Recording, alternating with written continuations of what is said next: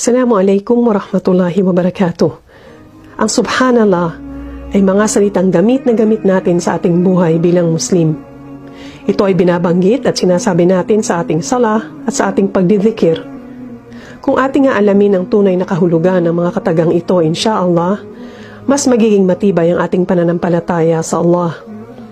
Kapag ating binabanggit ang subhanallah, sinasabi natin na ang Allah ay perpekto. Walang kaduda-duda na ang kanyang awa ay perpekto, ang kanyang plano ay perpekto, ang kanyang pagmamahal ay perpekto, ang kanyang karunungan ay perpekto, ang kanyang pahayag ay perpekto, ang kanyang katarungan ay perpekto, ang lahat-lahat sa Allah ay perpekto. Ang mga iyon man ay tanggap at naintindihan o hindi ng ating katiting na utak at pag-iisip.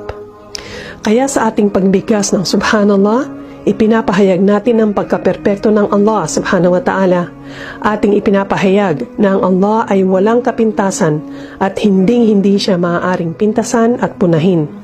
Bagkos, ang maaari lamang at dapat na mapintasan at punahin ay ang ating sarili.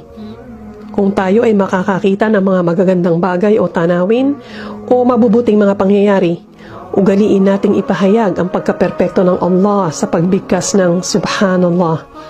Gayun din, kung tayo ay makakakita ng mga kalamidad o masasamang pangyayari, banggitin natin ang subhanallah.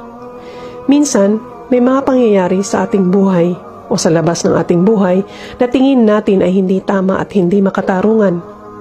May mga nawawalan ng trabaho, may namamatayan ng mahal sa buhay, may nananakawan, nagkakaroon ng malubhang sakit, at may mga gerang nangyayari sa mundo.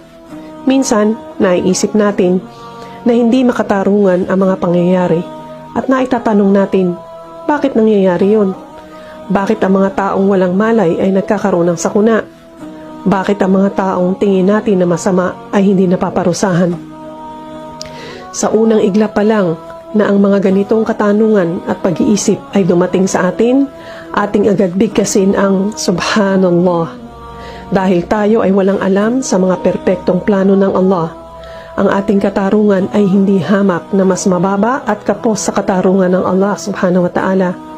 Alam lahat ng Allah at tayo ay walang alam. Huwag nating hayaan na tayo ay paglaruan ng syaitan at mangyari na ating pupunahin ng Allah o kaya ay magkaroon ng mga tanong na parang kinu-question natin ang Allah. Tandaan natin na kapag nagkaroon tayo ng ganyang pag-iisip ay para na rin nating sinabi na hindi perpekto ang Allah subhanahu wa ta'ala. Ganyan ang nangyari kay Shaitan. Kinwestiyon niya ang utos ng Allah na siya ay magsujud kay Adam.